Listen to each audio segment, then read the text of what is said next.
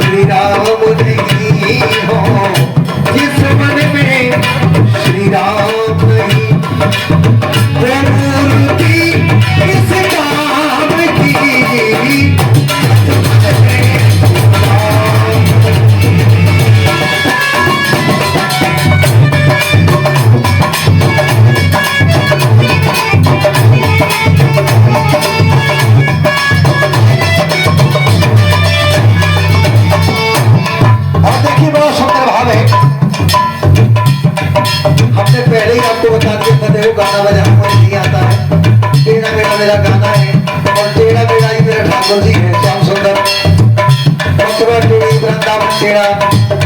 और यहाँ तक कि हमारी जो पैतृक जन्मभूमि है हमारे बाप दादा की, वो राया है, जिला मथुरा के पास राया। और यहाँ पर हमारे पिताजी की जन्मशाला है जहाँ पर रहते हैं, शिखर मेला में भेजने पर चल दिया।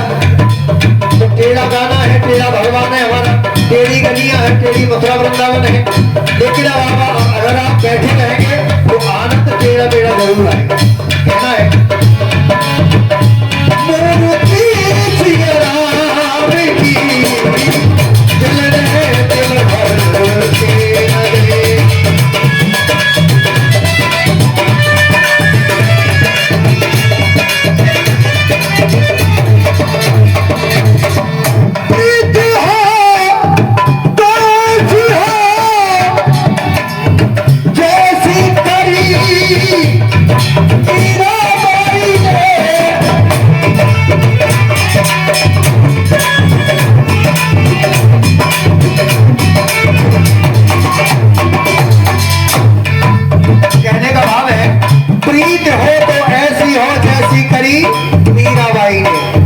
सच्चे दरबार की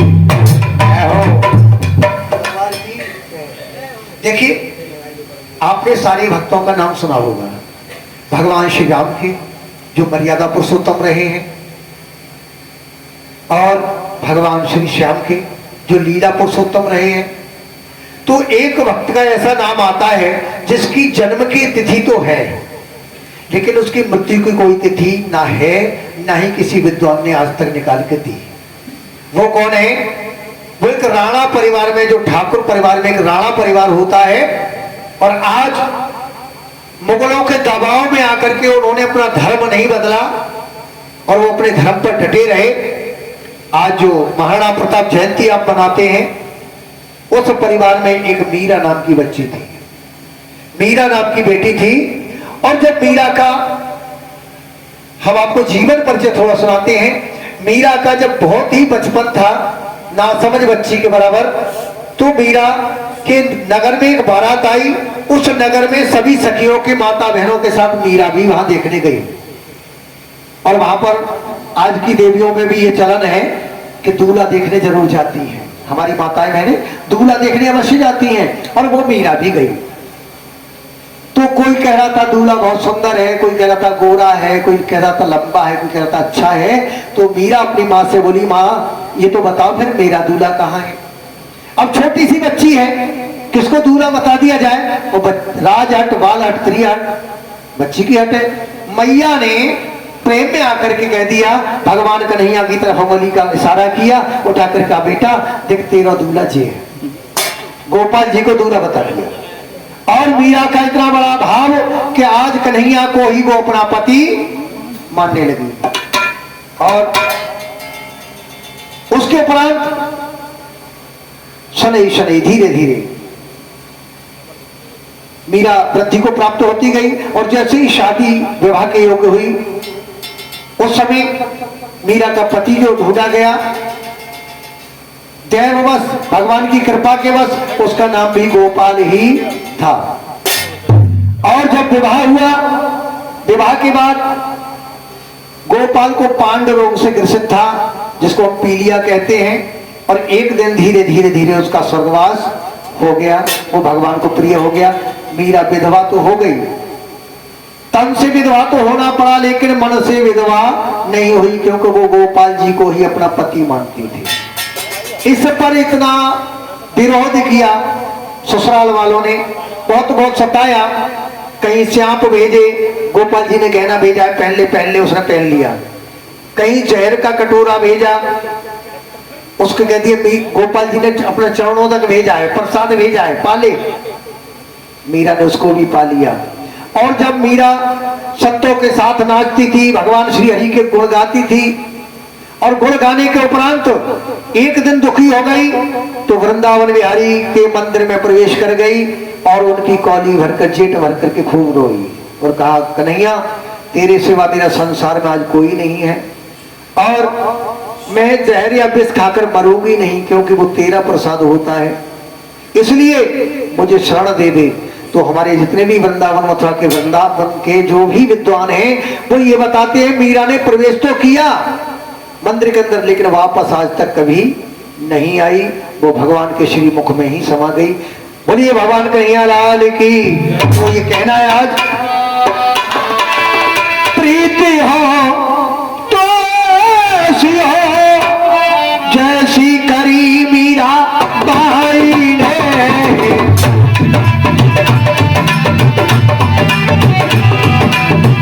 जैसी करी मीरा बाई ने, सुंदर मन में ही बसाली, सुंदर मन में ही बसाली, मूर्ति घनश्यामी,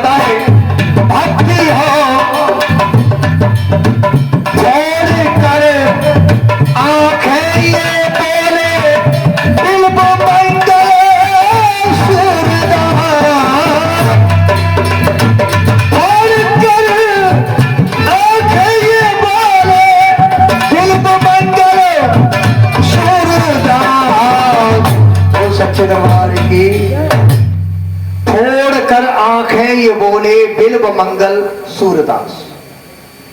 सूरदास जी को सबने पढ़ा होगा, जो भी कोर्स पढ़ते हैं पढ़े होंगे।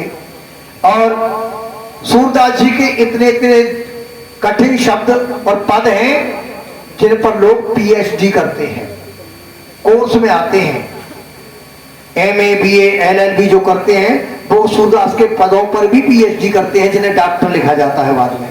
तो सूरदास जी का पहले का नाम सूरदास नहीं था, और सूरदास वो सच्चे दरबार की, सूरदास का नाम सूरदास नहीं था डॉक्टर साहब, सूरदास का नाम था बिल्ब मंगल दास। क्या नाम था?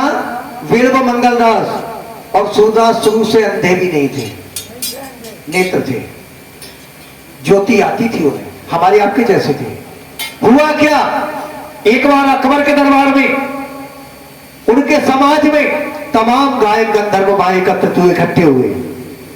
वहां पर सूरदास जी, बिल्व मंगल दास जी भी गए। सबका नंबर आया, सबने अपना अपना भजन गाना, गजल, ठुमरी, दादा जो कुछ भी था राजा लोग सुनते थे पहले, अकबर के दरबार में सुनाए। लास्ट में बिल्व मंगल दास जी का नंबर आया तो इस तरह से ताल बोल क्लासिकल बांध के उन्होंने सुनाया, राजा प्रसन्न हो गया और राजा ने अनायासी कह दिया, ये गायक बिल्व मंगल जो भी चाहे वो मांग ले, मैं बहुत प्रसन्न हूं। अकबर के 5 रानियां थी, छोटी बड़ी। इधर उधर देखा, बिल्व मंगल ने कहा, महाराज बात से टलोगे तो नहीं, राजा हो, तुम्हारा विश्वास नहीं, त्रिवाचा दीजिए। उन्होंने त्रिवाचा दे दी और कहा जो मांगेगा वो मिलेगा, तू बहुत अच्छा गायक है। बिल्व मंगल दास ने कहा, ये छोटी रानी एक रात को मुझे दे दो। राजा ने सेवक से कहा, है सेवक तलवार निकालो, इसका सिर अलग करो। ये क्या कह रहा है, इसकी इतनी औकात, ये अपनी औकात भूल गया। एक गायक है साधारण सा और कह रहा है मेरी छोटी रानी को मांग रहा है, वो भी एक रात को। रानी समझदार थी, रानी ने कहा, नहीं महाराज, आपका संसार में पूरे विश्व में सिर नीचा हो जाएगा कि राजा त्रिवाचा देकर भी पलट गया, इससे हाँ कर दो। राजा ने सोचा इसकी ये भी कैरेक्टर लूज है, ये भी अच्छी नहीं है, इसी के गुण गा रही है, जल्द करते हैं। व्यवस्था की गई। अर्धरात्रि के समय कहा बिल्व मंगल ने मैं आऊंगा।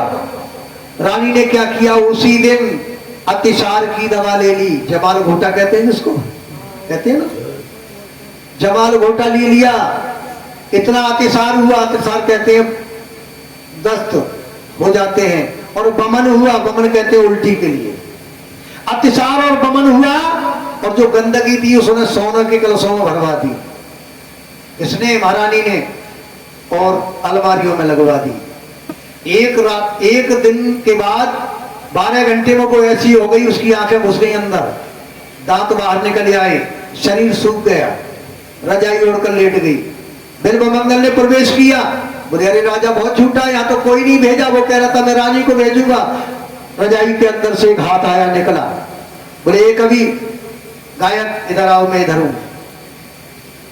जैसे ही बिल्व मंगल पहुंचे, उन्होंने देखा, शक्ल देखी, चेहरा देखा, अरे आप वो तो है नहीं, हमारे साथ धोखा हुआ है, हम तो सब संसार में कहेंगे राजा धोखेबाज है, धोखा करता है।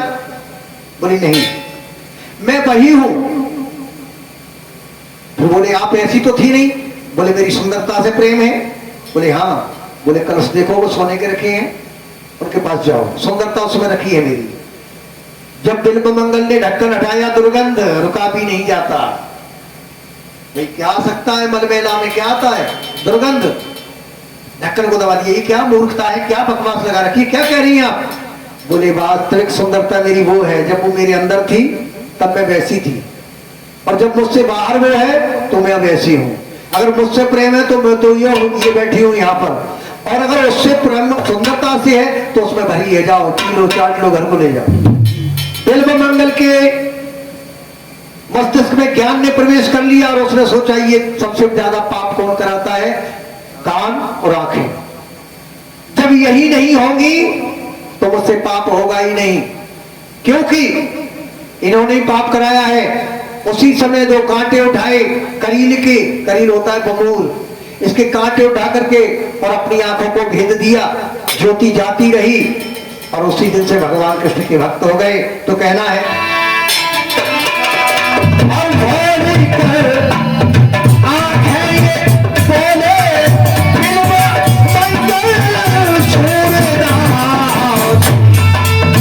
कितनी सुंदर है सलोनी, कितनी सुंदर है सलोनी, मूर्ति घनश्याम, जल में जल भर के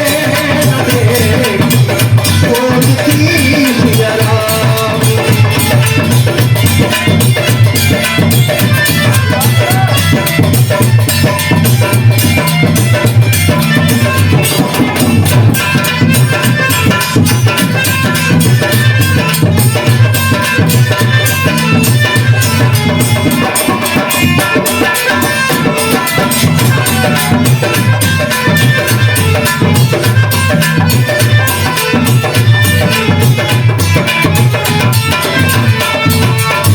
दिल ने दिल भर के न देगी मूर्ति सिया राम की, दिल ने दिल भर के न देगी मूर्ति सिया राम।